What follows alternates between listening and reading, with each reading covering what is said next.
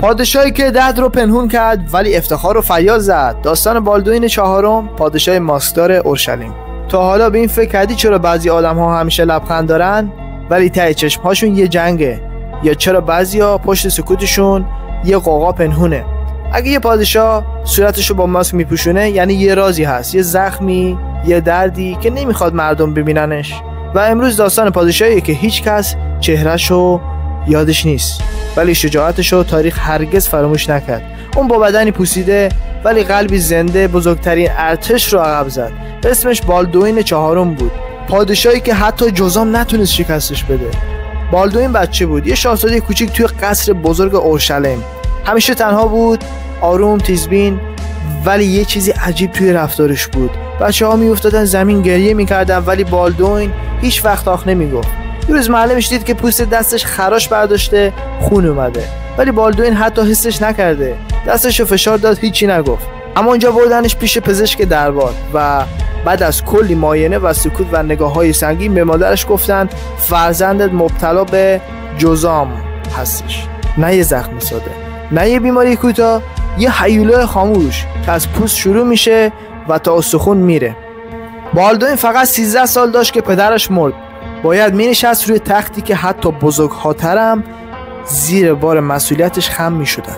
ولی بالدوین با همون بدن مریض، با همون زخم‌های پنهان ماسک زد و نشست روی تخت.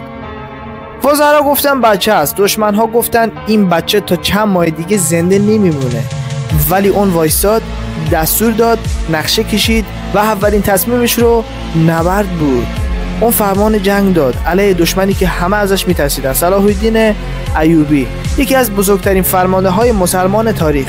و این پسر مریض ارتشی رو برد که تا بن دندان مسلح بود و توی بیابونا و ذهنش رهبریشون کرد و نتیجه صلاح الدین عقب نشست، چون فهمید طرف حسابش یه بچه نیست، یه سنگر زنده است. سالها گذشت، هر روز یه تیکه از تنش رو از دست داد، ماسکش محکم‌تر شد ولی چشماش هنوز میدرخشیدن.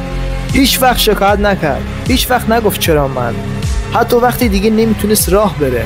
توی تخت به سربازا فرمان میداد، حتی وقتی دیگه انگشت نداشت نامه‌ها رو با نفسش امضا میکرد. و بالاخره یه شب ساکت با ماسکش توی دستش نفس آخرشو کشید، نه در میدان جنگ، نه در خفت، بلکه توی سکوتی که از یه قهرمانی باقی میمونه.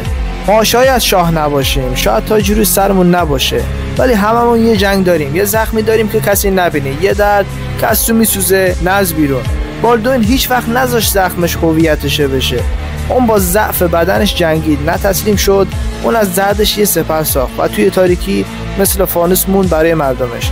پس اگه تو هم یه روز احساس کردی دیگه نمیتونی، یادت بیار یه پادشاه با بدنی پوسیده تونست تاریخ رو تغییر بده، فقط چون تسلیم نشد. اگه از اینجور داستان‌ها و تاریخ‌ها خوشتون میاد، حتما لایک قشنگه رو بزنید و فالو یادتون نره.